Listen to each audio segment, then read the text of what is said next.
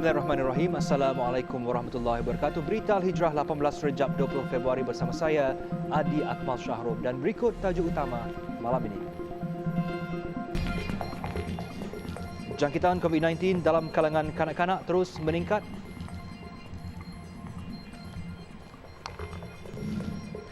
Juga jenayah buli cyber jangan dinormalisasikan.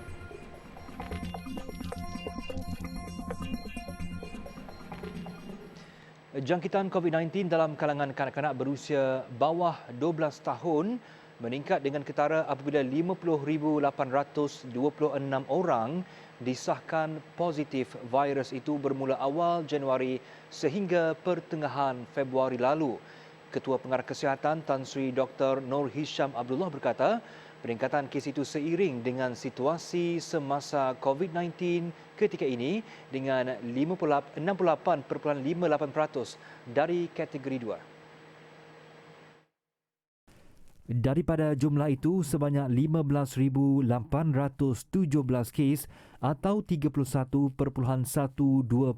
kanak-kanak dijangkiti kategori 1, 120 kes kategori 3, 28 kes kategori 4 dan 4 kes kategori 5. Peningkatan dilihat lebih ketara dalam Februari 2022 terutama bagi kategori 2 hingga kategori 5, katanya dalam kenyataan harian hari ini. Jelas beliau kenaikan ketara itu mungkin disebabkan penularan varian Omicron serta peningkatan pergerakan kanak-kanak dalam komuniti susulan pembukaan semula sesi persekolahan, pusat jagaan kanak-kanak dan bayi. Selain mempunyai gejala kurang serius, kanak-kanak juga boleh mengalami sakit dada atau sakit perut, kurang tahap kesedaran dan juga sawan. Tambah Datuk Dr. Nur Hisham, Multi-System Inflammatory Syndrome in Children, MIS-C, adalah salah satu keadaan kritikal yang boleh berlaku akibat jangkitan COVID-19, iaitu keradangan organ dalaman terutama jantung, paru-paru dan otak. Bermula Jun 2020 sehingga Disember tahun lalu, sebanyak 174 kes kanak-kanak bawah 18 tahun mengalami MIS-C akibat jangkitan COVID-19 dan sehingga kini 7 kematian kanak-kanak disebabkan oleh MIS-C akibat jangkitan COVID-19 dilaporkan. Sementara itu, dalam kenyataan sama, Tan Sri Dr. Nur Hisham Abdullah menegaskan kawalan kendiri serta pengambilan vaksin antara kaedah utama bagi mengurangkan risiko jangkitan yang serius dalam kalangan kanak-kanak. Jelasnya kumpulan yang berisiko tinggi itu termasuklah kanak-kanak yang mempunyai penyakit paru-paru kronik, penyakit jantung dan kencing manis. Kanak-kanak yang lemah sistem imun sedang menjalani rawatan menggunakan steroid, kanser, asma dan obesiti juga tergolong dalam kumpulan berisiko tinggi mendapat jangkitan serius. Jelas Tan Sri Dr. Nur Hisham, vaksin COVID-19 Comirnaty berkesan 91% serta berupaya untuk meningkatkan tindak balas imun yang tinggi terhadap penyakit COVID-19. Pemberian vaksin kepada golongan kanak-kanak yang berusia 5 hingga 11 tahun ini adalah tepat pada masanya untuk melindungi kumpulan ini, khususnya kanak-kanak yang mempunyai komorbid.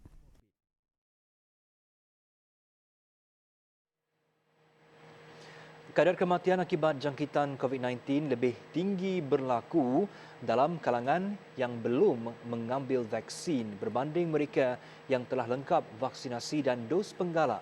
Menteri Kesihatan Khairi Jamil Mubakar berkata, booster atau dos penggalak memberi perlindungan yang terbaik daripada kematian dan gejala serius COVID-19.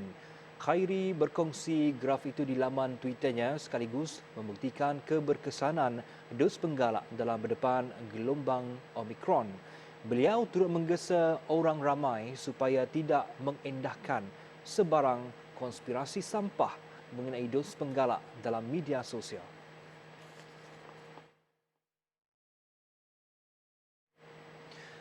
Seorang jurukimpal kereta maut selepas perawatan perdana yang dipandunya terbabas sebelum merempuh pagar rumah di Kampung Binjai, Bongkok, Bukit Payung, Marang kira-kira jam 12.50 pagi tadi. Bangsa Muhammad Alif Haikal Azrul, 22 tahun meninggal dunia di lokasi kejadian akibat cedera parah di kepala dan anggota badan.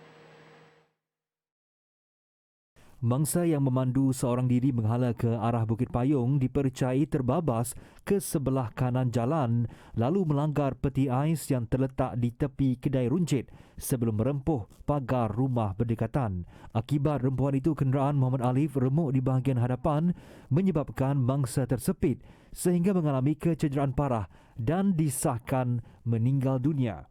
Menurut Pegawai Bomba Kanan 2 Balai Bomba dan Penyelamat Wakaf Tapai, Zulkifli Mat Akhir, pihaknya mengalami kesukaran untuk mengeluarkan mangsa berikutan pintu sebelah bahagian pemandu remuk teruk. Anggota menggunakan peralatan khas iaitu rescue cutter untuk mengeluarkan mangsa. Mengambil masa lebih kurang 20 minit dan mangsa berjaya dikeluarkan dan diserahkan kepada pihak Polis Diraja Malaysia. Mayat bangsa kemudian dibawa ke Hospital Sultanah Nur Zahirah HSNZ Kuala Terengganu untuk siasatan lanjut.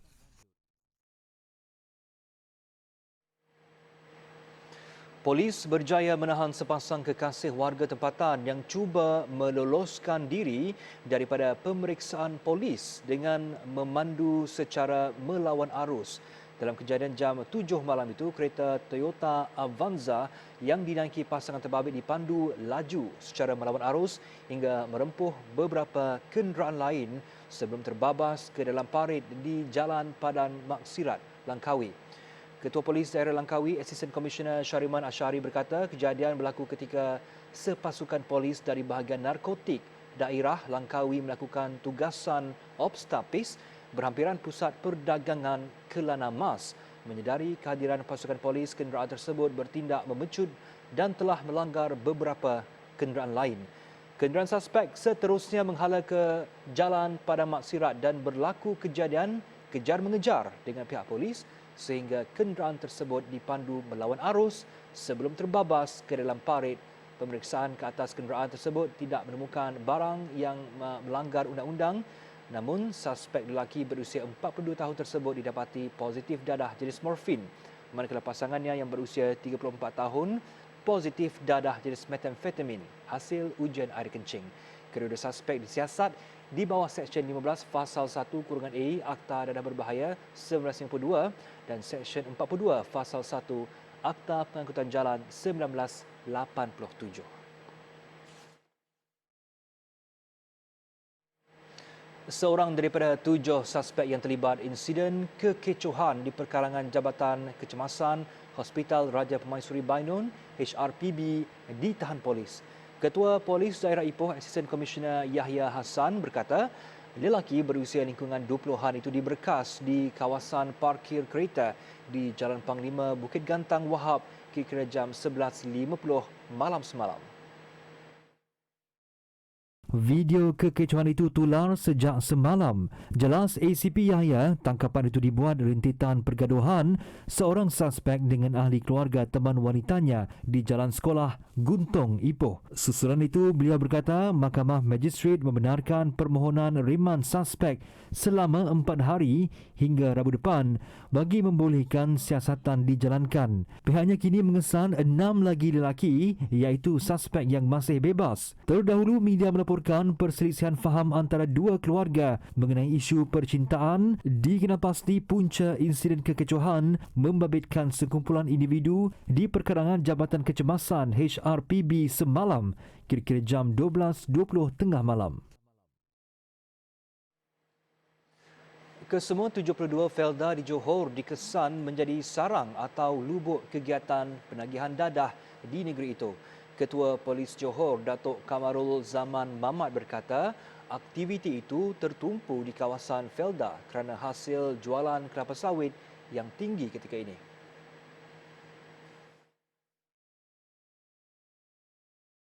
Mengulas lanjut katanya, kebanyakan penagih terdiri daripada golongan muda dan pertengahan di samping turut terlibat dengan kes curi hasil kelapa sawit di kawasan berkenaan. Rata-rata mereka dikesan menagih dadah jenis heroin dan syabu. Semua mereka ni bekerja. Kebanyakannya mereka bekerja di bidang sawit, iaitu bekerja sebagai buruh dan hasil daripada penjualan ataupun hasil daripada upah yang diterima itu akan digunakan untuk membeli dadah. Seramai 58 orang penagih ditahan 3 hari lalu menerusi Ops Tapis yang dijalankan bersama Agensi Anti Dadah Kebangsaan AADK di Felda Tenggaruh, Mersing. Dalam pada itu, beliau turut memohon kerjasama orang ramai, terutama penduduk yang menetap di kawasan Felda, untuk melaporkan segera kepada pihak berkuasa sekiranya mengesan aktiviti mencurigakan di kawasan setempat. Beliau berkata demikian selepas menghadiri sesi dialog bersama penduduk Felda Tenggaruh di Mersing, Johor. Biarpun papan tanda tidak dibenarkan merokok dipamerkan di premis, masih ramai individu yang mengabaikan amaran itu sehingga mengganggu ketenteraman orang lain. Kedegilan itu bagaimanapun mengundang padah apabila 205 individu di kompaun kerana merokok di kawasan larangan dalam operasi bersepadu di Putrajaya. Operasi bermula jam 9 malam itu digerakkan ke 23 premis kedai makan yang dikenal pasti banyak melakukan kesalahan hasil aduan awam. Antara lokasi yang diperiksa ialah Bazar 8 dan Air 8, Presin 8, Presin 9 dan Presin Diplomatik. Jadi pada malam ini bukan hanya kita merasakan di bawah peraturan 11 tetapi juga di bawah peraturan 12 yang melibatkan tanggungjawab majikan ataupun tuan punya premis memastikan premis mereka tidak bebas daripada amalan merokok, seperti menyediakan tempat merokok ataupun mereka menyediakan tanda-tanda larangan merokok yang sedia ada yang telah ditetapkan. Jadi buat masa ini aktiviti jangka ini kita kesan hanya melibatkan peraturan-peraturan 11 yang mana melibatkan kesalahan di kalangan pengunjung.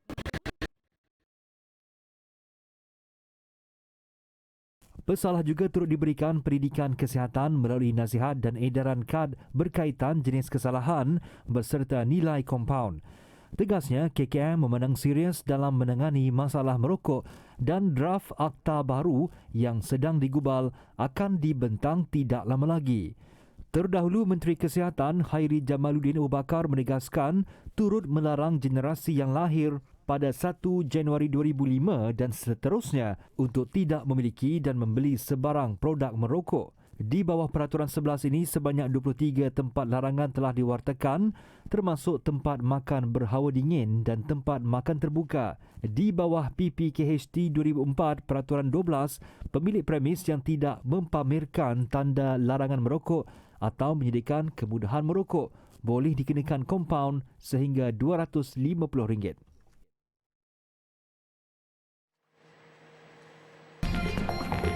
Lepat bunga cica, hidangan setahun sekali. Kembali, sokongan keluarga Malaysia kepada pesakit kanser amat penting untuk mereka terus berjuang melawan kanser. Rapatkan jurang penjagaan kanser. Pengesanan awal dapat meningkatkan peluang untuk sembuh. Kepada semua keluarga Malaysia sentiasa menjadikan amalan cara hidup sihat dan menjaga kesihatan diri sebagai satu daripada agenda utama dalam kehidupan seharian kita. Demikian ucapan Perdana Menteri Datuk Seri Ismail Sabri Yaakob.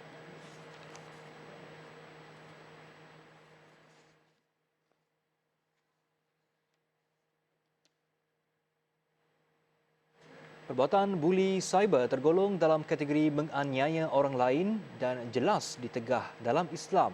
Pensyarah Fakulti Pengajian Quran dan Sunnah Universiti Sains Islam Malaysia USIM, Muhammad Syamsul Hakim Abdul Samad menegaskan walaupun perbuatan itu dibuat secara maya, namun traumanya memberi kesan buruk kepada mangsa dalam tempoh jangka masa panjang. Laporan Tabung Kanak-Kanak Pertubuhan Bangsa-Bangsa Bersatu UNICEF menunjukkan Malaysia berada pada kedudukan kedua di Asia pada tahun 2020 bagi perbuatan buli cyber dalam kalangan belia.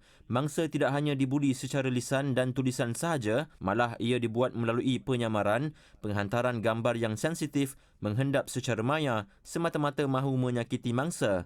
Jelas Muhammad Syamsul, perbuatan itu perlu dijauhi oleh umat Islam agar tidak mencemari imej agama suci itu.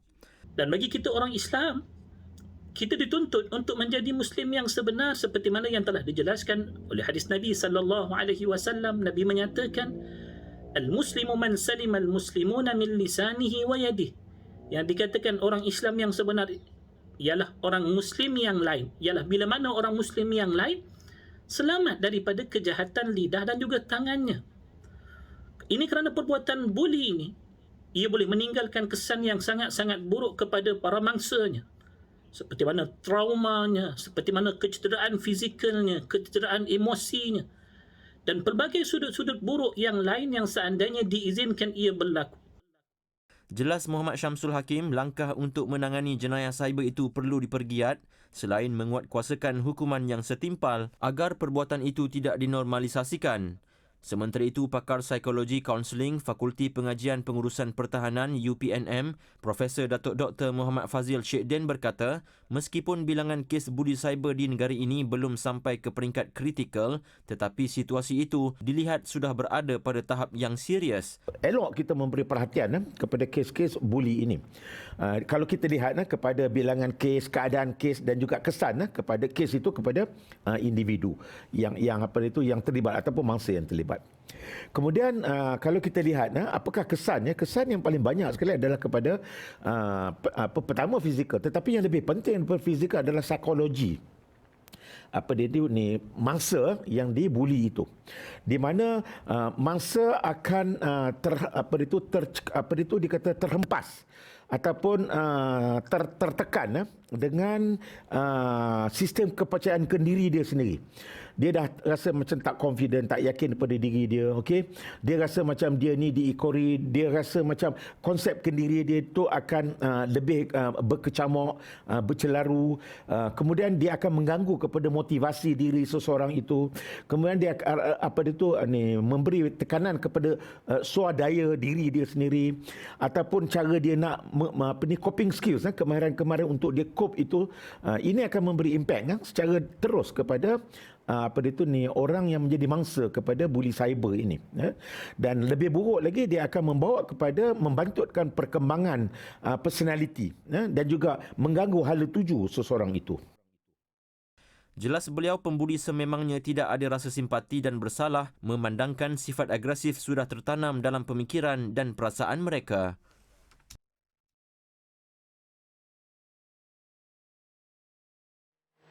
Lepat bunga cica pasti kedengaran asing, tetapi ia dianggap satu hidangan istimewa kerana hanya dapat dinikmati setahun sekali. Bunga cica atau nama saintifiknya Stereospermum fibratum DC hanya tumbuh di dalam hutan dan bunganya akan luruh ketika cuaca panas terik sekitar Januari hingga Mac setiap tahun. Dengan keunikan bunga cica ini, penduduk di Padang Terap Kedah tidak melepaskan peluang menjadikan bunga ini sebagai sumber pendapatan ketika musim panas. Bagi suri rumah Norma Abdul Manaf, dia dan adik iparnya Raihan Safirah Saad akan mencari bunga cica ini di kawasan hutan kira-kira 1 hingga 1.5 km dari rumah mereka di Kampung Pisang. Kok dia ikut dia pun nak RM5 boleh, RM7 boleh. Nak macam nak RM10 pun boleh. Macam tu lah, habis tinggi 10 lah. Tapi kalau dia pun nak buat nak banyak kan, macam satu plastik ni kena macam adik campur, dia pun nak RM20, kena banyak. Agak satu plastik ni RM20. Menurut Bashah Abdullah, 62 tahun, lepat bunga cica lebih sedap apabila terus dimasak sebaik dikutip kerana baunya yang wangi. Bunga cica akan dicuci dengan bersih sebelum dikisar bersama santan, tepung beras, gula dan garam, dan jika tersilap langkah, ia akan mempengaruhi kesedapan kuih. Ia kemudian dibalut dengan daun pisang hutan dan dikukus selama 15 minit. Beza dia dengan lepat liat biasa ni, dia cuma wangi bunga lah. Ada wangi bunga ni. Lepas tu kita buat dengan santan minyak muda. Itu yang kita lemak dia, manis dia. Jelasnya bunga cica mampu bertahan sehingga setahun selepas melalui proses pengeringan dan disimpan dalam peti sejuk. Bashah turut menurunkan petua kepada anak menantunya agar makanan tradisional itu tidak lenyap di zaman. Lepat bunga cicak mudah didapati di daerah ini tetapi sukar ditemui di kawasan bandar dan biasanya dijual dalam talian dengan harga 70 sen. Setiap kali musim kemarau, tempahan lepat bunga cicak bertambah terutama dalam kalangan kaki tangan pejabat, majlis kenduri kesyukuran dan perkahwinan.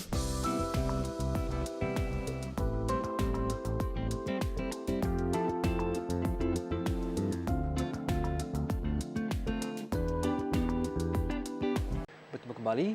Demi anak yang menghidap penyakit cerebral palsy, seorang bapa sanggup berkorban kerjayanya di sebuah syarikat swasta. Johari Omar, 46 tahun, bukan hanya perlu menjaga anak tunggalnya, Muhammad Syamil, 11 tahun, tetapi juga menjaga ibunya Azah Muhammad, 76 tahun, yang terlantar ekoran menderita kanser paru-paru tahap 4. Selepas berhenti kerja, Johari mengusahakan pembuatan tempe serta ikan bilis secara kecil-kecilan di rumah sewanya di Taman Gunung View, Ipoh demi kedua insan kesayangannya itu.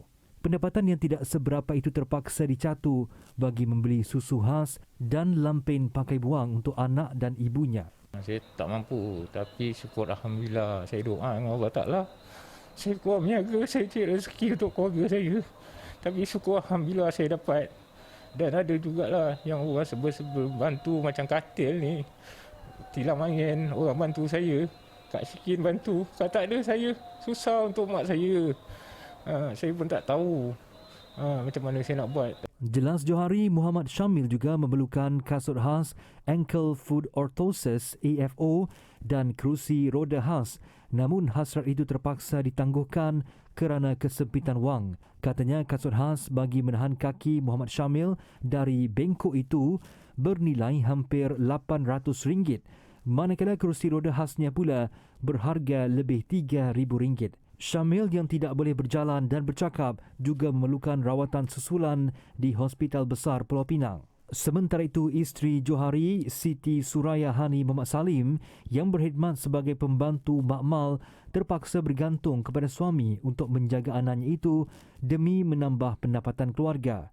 Cuma kadang-kadang saya terasa diri saya useless sebab saya tak boleh nak full time untuk dia. Itu saja. Kadang-kadang saya pernah juga memberontak.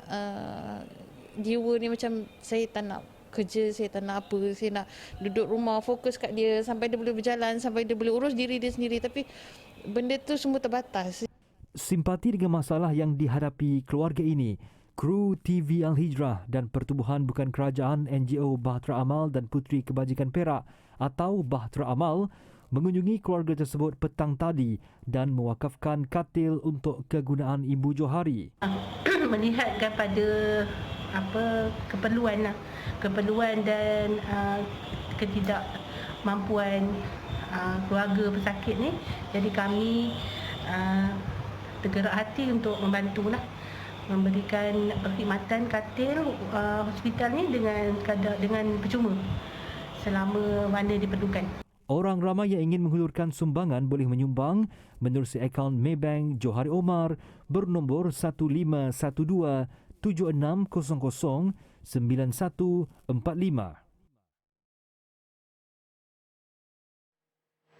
Ketua Hak Asasi Manusia Pertubuhan Bangsa-Bangsa Bersatu PBB, Michelle Bachelet, dibenarkan untuk melawat wilayah Xinjiang.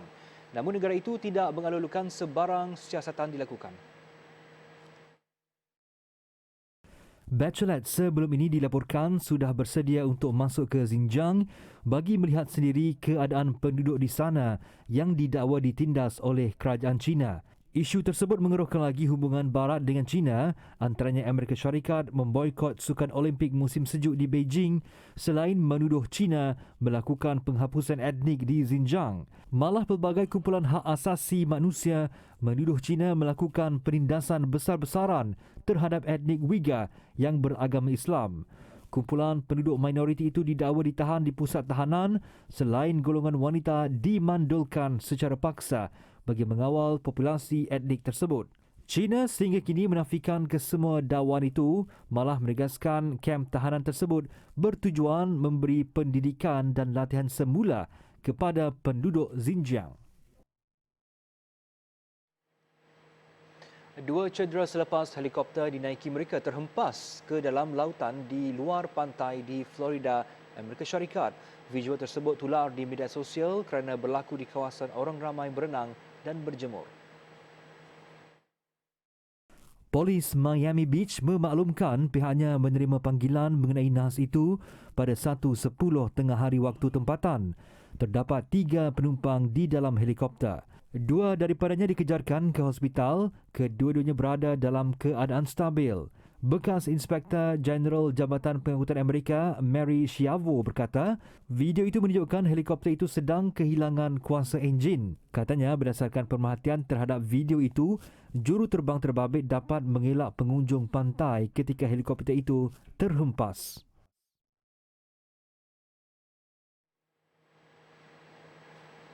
Sekian berita Al-Hijrah. Jangan lupa layari alhijrahnews.com untuk lagi laporan-laporan menarik dan artikel eksklusif. Saya Rekam Syahrum. Assalamualaikum dan selamat malam.